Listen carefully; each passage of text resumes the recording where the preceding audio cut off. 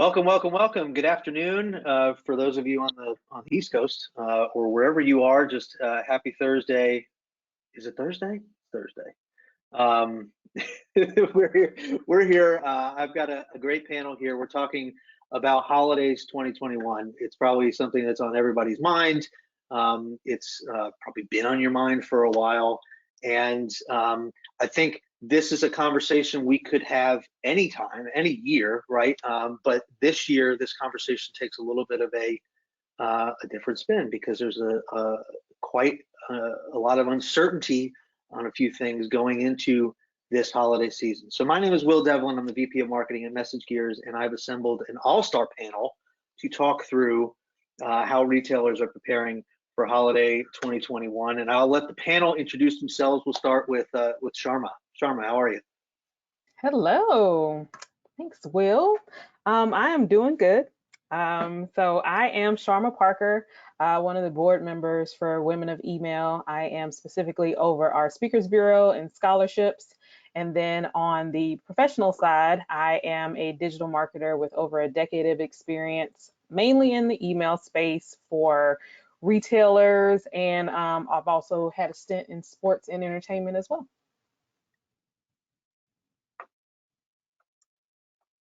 Elizabeth? Sure. Hi, everyone. I'm Elizabeth Dawson. I am also a member of Women of Email with Sharma. So very excited to be here. I'm currently the email marketing manager for JCPenney, and I've worked in email marketing in the retail space for over a decade at this point. Previously, I've been with Total Wine, with ThinkGeek, and then David's Bridal. So I have lived and breathed many a holiday season.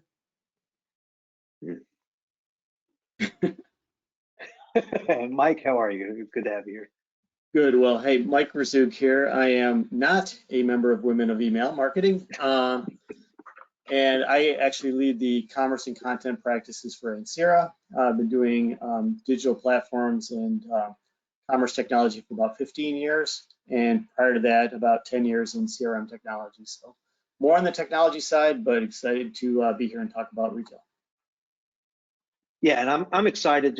I think there's a good variety of backgrounds and perspectives here on the panel. And so, like I said, any year there's plenty of things we can talk about. 2021 is quite the challenge. And we were talking as a panel a few days ago just about how we could have had this a month and a half ago or 2 months ago, and it would have been a completely different. A lot of our talking points would have been completely different.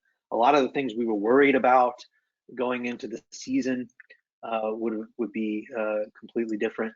I wanted to a few housekeeping things. We want this to be fairly interactive, so if you're in the audience, talk to us, submit questions, raise your hand, ask questions, participate in the conversation. And in that same vein, I want to get a feel for what's on your mind. So we're going to launch a quick poll here on what is your biggest marketing related worry heading into this holiday season. I think we all have a lot of worries, but what is your biggest marketing related worry heading into the holiday season? I'm going to launch this poll. We're going to keep it up here for just a few minutes, or not a few minutes, 30 seconds or so. If you can do this, and we'll see where everybody's head's at. Uncertainty about how people are going to shop, supply chain issues, tech uptime and availability. Shipping is always a headache, especially this year. There we go. I see the votes coming in. We'll show the results here in a second. Good variety of answers. All right, I'm going to close the poll in 5, 4, 3, 2, and 1. Okay. And let's see, let's share the results here. All right, so actually a really interesting mix of marketing related worries heading into here. Supply chain issues and inventory issues and shipping deadlines and delays are our winners, but uncertainty about how people will shop, not far behind. Needless to say, there's a lot of worries going into this season.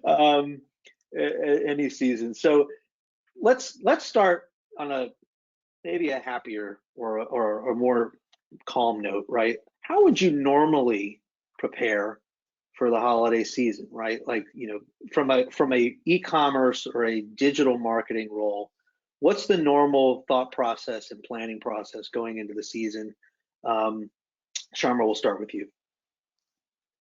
Yeah. So in previous roles that I've had, it's one of those things where you're kind of like you should be preparing for it all year because you have promotions and stuff all year that you're kind of learning from.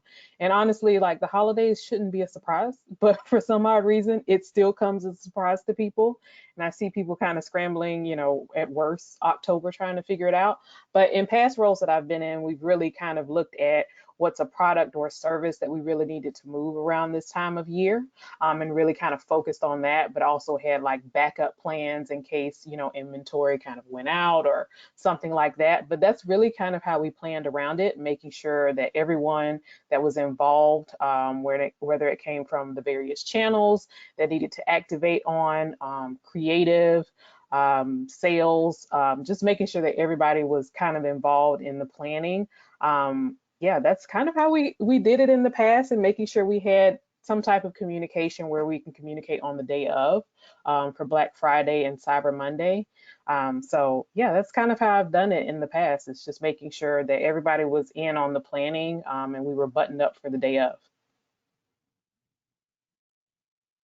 But I know, like, when we kind of were prepping for this, we had a really great conversation amongst the four of us. So I don't know, like Mike, you kind of started that one off. So I don't know if you want to kind of go next to lead into that. Yeah, sure. So at this time of the year right now, and probably a month or two ago, we'd be looking at identifying like peak volumes and capacity, and looking at doing performance testing on the systems, and kind of getting into any kind of final releases that we want to do from a technology standpoint, as we getting into a lockdown period around end of October, where we just don't make changes for the holiday season except for product information, inventory, and content. So all of that other stuff would be done by now. We'd be looking at that, and then also working with marketing to understand if there's any gotchas out there, such as a PS5 launch or something similar that might throw a wrench in the works, right? So what would that look like, and what would we have to prepare for that? Is there anything that we need to be outside the norm that we'd want to be aware of and be ready for? I think we all learned last year that with those types of things, that the bots are out there, and they're incredibly frustrating to your average customer. So that's something that hopefully people have spent some time this year thinking about how to prevent that kind of interjection, and what they can do about it to make sure their normal customers get taken care of. Yeah, and from I think from a marketing perspective too, I think in previous years, just taking a look at kind of hindsight's always 2020. And so, post holiday, it's a great idea to look back and kind of see what worked and what didn't. It can be really hard when you come out of a holiday season where you're a little burnout. But I think at this point, it's while you're feeling fresh, looking into the holidays, kind of taking a sneak peek at kind of previous year results, seeing what hiccups you might have had that you can jump ahead of now. So things like shipping delays, how did you react in previous years? Is there anything you can do now to make yourself a little bit more nimble and flexible if those things do change? Kind of understanding from a promotional cadence, are there any inventory concerns? If there are, what backups do we have? Can we plan backups now? I think just kind of doing that kind of detective work with, some of your cross-functional partners with customer service or site ops to get kind of an overall sense of how you can kind of prepare now, because, we all know once you get into the holidays, you're very much heads down trying to get things, completed and out the door, and providing a good experience to customers, and kind of putting out a million different fires. So I think anything you can do now, looking kind of what you've done before, is very helpful. And Elizabeth, that's a good point, and it kind of aligns with the responses to the first poll question. Is Inventory shortages are a big concern, and shipping delays are a big concern. So both ends of the supply chain, both on the incoming and the outbound, and encouraging your customers to shop early, to get in and maybe stretch that with incentives or promotions starting earlier in the season, and being a little bit, we've used the term for the pandemic about flattening the curve, maybe flattening the holiday curve, right? Getting that earlier shopping, and then having it extend over a longer period, but at a lower peak volume, so you can control and manage inventory inbound and outbound orders so that people get what they want when they expect it. Yeah, I think, the theme here is preparation's key in a normal year, and right, like just making sure everybody's, there's communication across different departments and all teams, and that you're just planning for worst case scenarios in all aspects, and certainly things like uptime and shipping issues and inventory issues. All of those are always going to be, something to watch out for, something to plan for. This year's different, right? This year's a little bit more just hectic. And so let's talk about how this year's not a normal year. We're approaching 2021 a little bit differently. Obviously, everybody had to pivot in 2020, and a lot of shopping happened online. But 2021, again, 2 months ago, we could have had this conversation thinking the world's opening back up, and people are going to be back in the stores, and it'll be a celebratory season. How are we handling the uncertainty going into this year with the surges in COVID and things like that? Anybody can take this one to start. I can say from my perspective, I feel like just a lot of this is being flexible enough to have kind of options, so to speak. So I think, previously it's been pretty cut and dry. You hit a shipping cutoff and you're communicating other ways to, make purchases for the holidays. I think in this case, it's kind of starting that ahead of time and making it very easy for a customer who maybe is not comfortable coming back into the store. Maybe there's, there's a shift like that, is making it very clear in email. Maybe it's just updating kind of your template and making it, any way that you want to shop. Here are all the details for curbside, in-store pickup, online, we're here. I think also, just being very transparent. I think we talked about that a few times about, shipping delays, supply chain, inventory. So connecting with your customer service team to make sure that, you're providing that contact to customers so that they can very easily get in touch with someone. And then I think also just having just an open line of communication. I think I had mentioned that something that's worked in previous roles, and I think is very important, especially this year, is to have that kind of cross-functional team communication. So something like a Teams channel or a Slack channel where you have different stakeholders in customer service, across marketing, maybe to site ops, who can, you can bring everybody together if for some reason you get, to Mike's point, a bot attack, or maybe there's a huge delay, or suddenly the shipping cutoff has changed, and having everyone there to kind of react very quickly is a lot faster than trying to have some sort of long email chain or calling people just to quickly say, hey, we're having a huge problem with our site, pause your send, or maybe this key item went out of stock. Is this in any emails coming forward? Have we had any calls to customer service? That sort of thing. So I think communication is especially important, even more so this year, and just having those options available.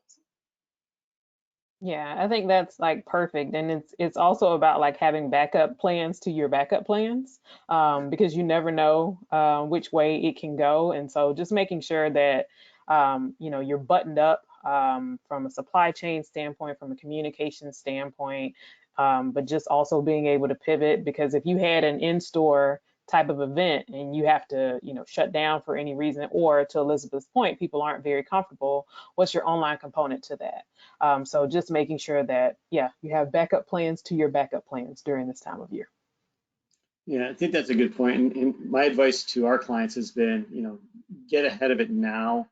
with your customers, encourage account registration early so that they become known customers, not guest checkout, so that it improves your ability to help them in the moment when that moment arises. You'll know purchase history, you'll have their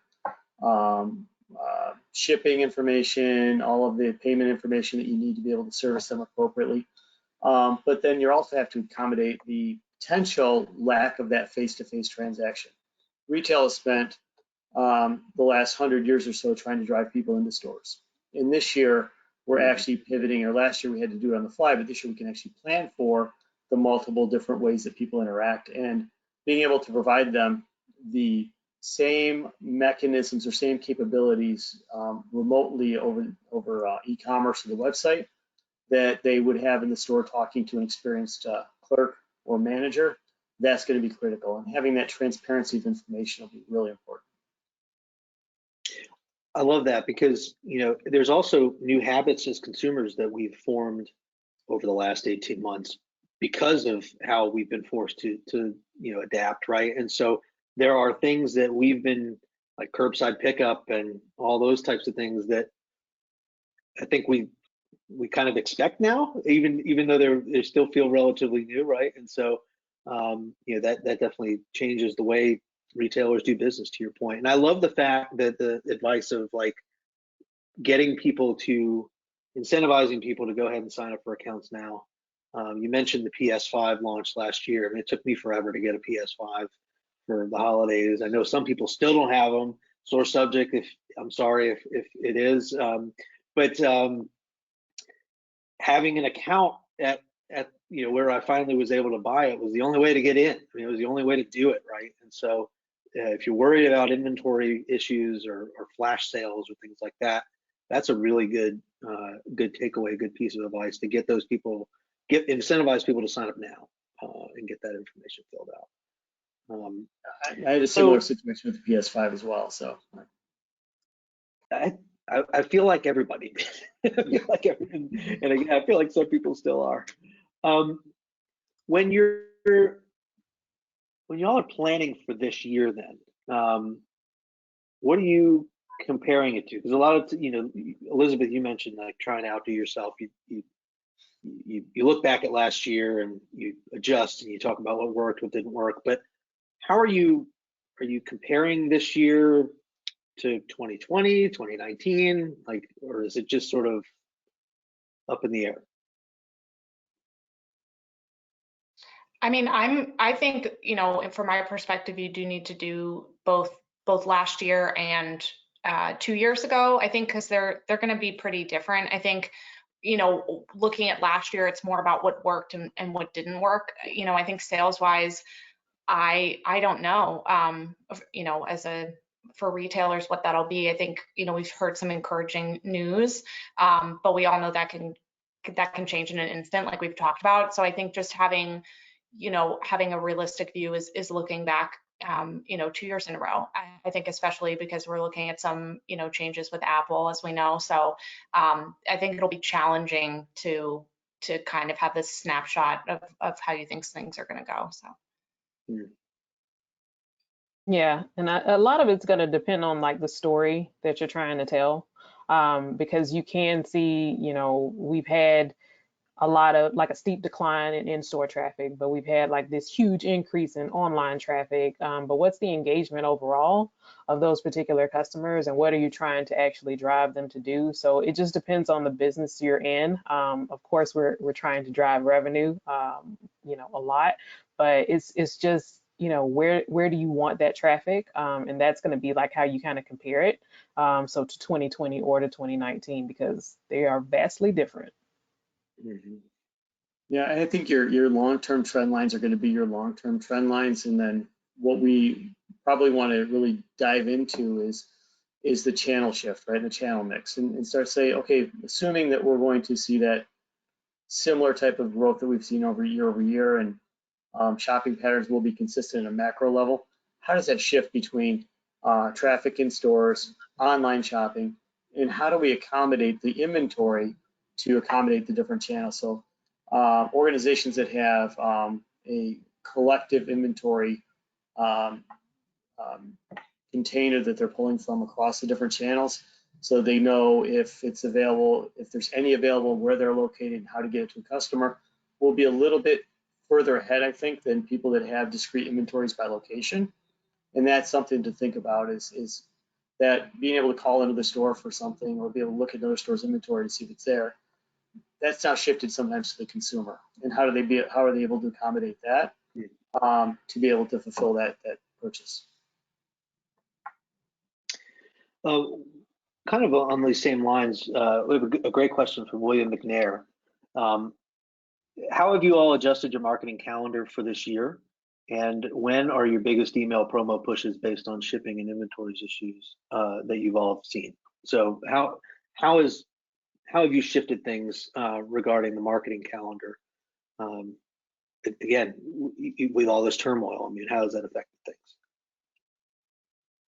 I think from my perspective, we've definitely done, what Mike had mentioned is pulling things up a lot more, really focusing on November as being a big month for shopping and hoping to capture as much sales as we can get, during that period. Anytime we can pull that up, I think there's always that fear about shipping delays, inventory problems. And so as much as we can, I think just kind of shifting it. I think we all know that Black Friday is not really Black Friday anymore. It's kind of become this like whole month at this point. And so I think that's going to continue. Yeah, I 100% agree with Elizabeth there. Just because I've seen so many companies over the years that have kind of pulled that demand to the left, if you may, around like that Veterans Day time period. So it's like the 2 weeks before Black Friday. So they're getting in that last coupon offer because they're not necessarily giving you coupons during Black Friday and Cyber Monday. So it's really like stretching that out into the whole month. Yeah, I agree with that. I think, as we talked about earlier, pulling it to the left, and I like that phrase, is really going to be important this year. I mean, if you can buy a pumpkin spice latte now, you might as well be able to shop for Christmas. So. Totally. Great point.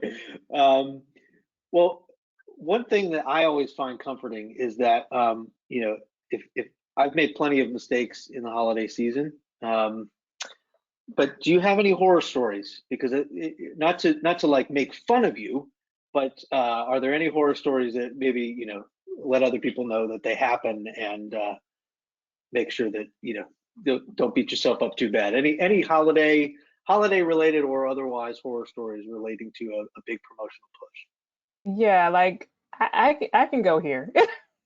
I'll say that it's very important. Yeah, it's very important to make sure that everyone knows if they're supposed to be on call on Black Friday morning or Cyber Monday morning, and that alarms are utilized. Because there's one thing to have the Slack or the team set up and you have everybody in the group. That's all great. But if one of the people that is responsible for flowing the inventory did not get up on time, then it causes issues. So that's where the backup plans come in place. And I will specifically say this happened when I was at my last employer, so sports, and people don't necessarily think sports would be anything to do with Black Friday, but yeah, we did. And we just had to make sure that we also had the backup person on call because at 4 o'clock in the morning, when we were working on trying to make sure everything had shifted on the site and our various channels were updated, we needed to make sure that the inventory was there. But no fear, I had another backup email already planned because we had various scenarios. But yeah, just making sure everybody's alarms are truly working and their coffee has kicked in. Yes. I can go next. Mine is definitely was solely my fault. But I think when I was at ThinkGeek, we kind of prided ourselves with our emails with these kind of fun subject lines. And it's very easy, I think, to get excited about doing something kind of fun and personalized and forgetting how it might look to a customer or to the email recipient. So I got a little cheeky with a Star Wars email where I pulled some first name personalization to the very classic line, Luke, I am your father, and for a Star Wars email, and replaced Luke with the customer's first name. And I received all of the customer feedback because I was in the, it was just me. So unfortunately, that was definitely an error in judgment there. Customers got pretty upset, thinking that a variety of situations about their parents. I got a lot of stories. So I think I always still have that kind of hesitation now with subject lines. Is always kind of just do a quick check of how you think it might look from a customer perspective. And I think I kind of learned my lesson there is sometimes you don't need to go that extra mile. I could have just kept it as is, and it probably would have been fine and funny. But yeah, so that's probably my biggest mistake. That's a good one. Ooh. I would just say that you can never test and scenario plan things enough. So and it should be down to the smallest detail, right? So to Sharma's point earlier, have the backup plans, know what to do if the different things happen.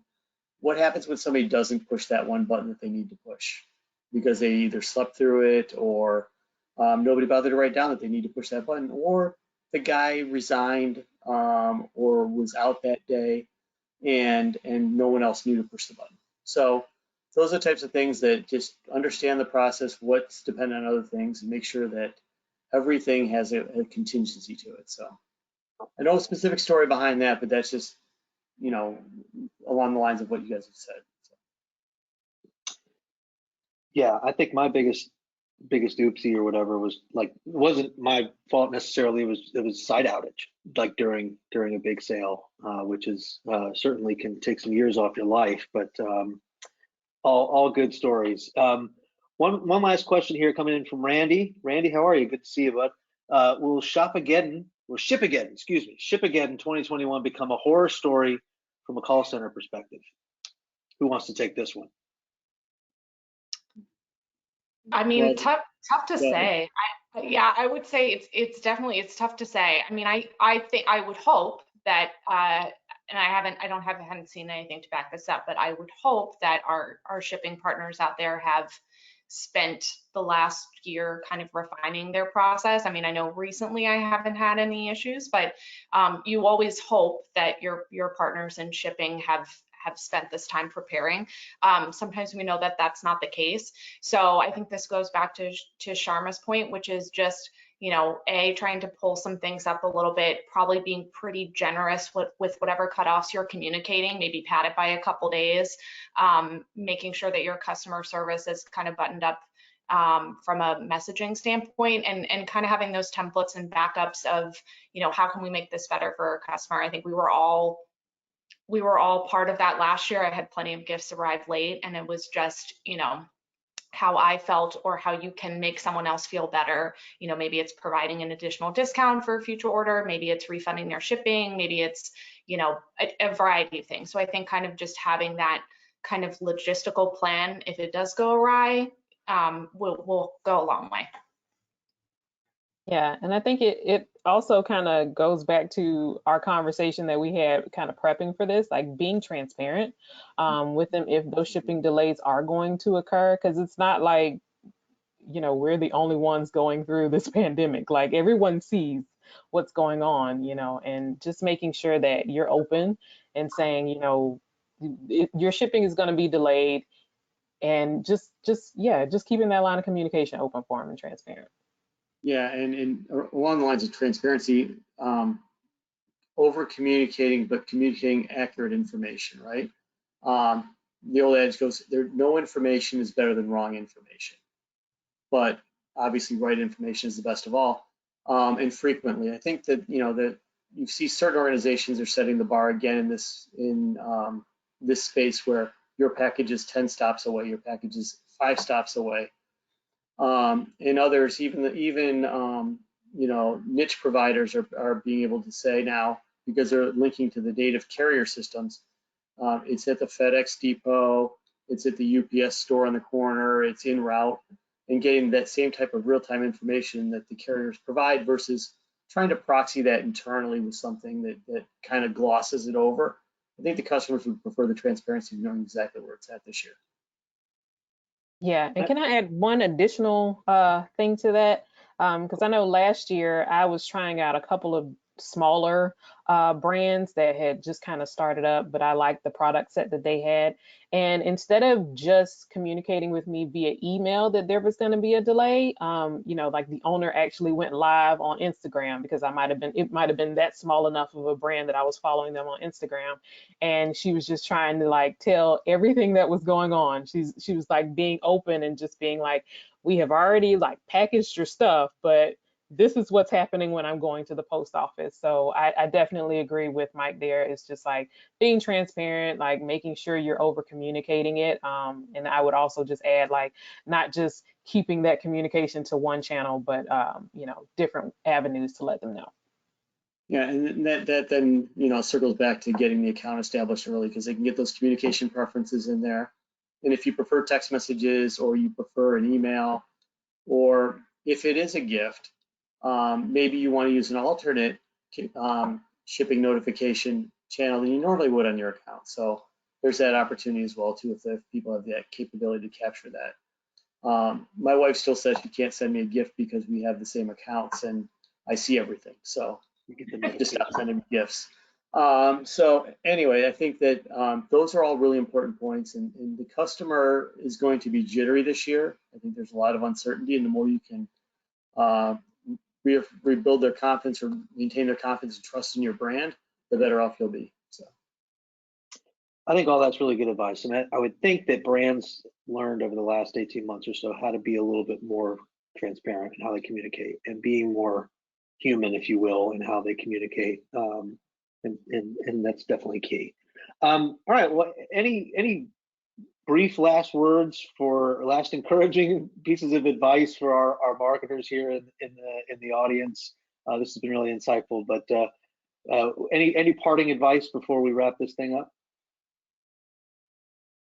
I think my parting advice is always, and it's been the same for all holiday seasons now, I think, is, you know how crazy it's going to be. Like it's just kind of accepting that things are going to change the day before, that things are going to go wrong. And I've always tried to kind of make sure that I'm being a good partner, that I'm kind of optimistic. I think it's really easy to become super negative, especially when you work in retail during the holidays. And so just kind of acknowledging that this is part of the role, it's part of being a retail marketer, is just kind of having a good attitude, working with your partners, kind of understanding what you're asking other people to do, trying to be as positive as possible can go a long way in just kind of getting through it.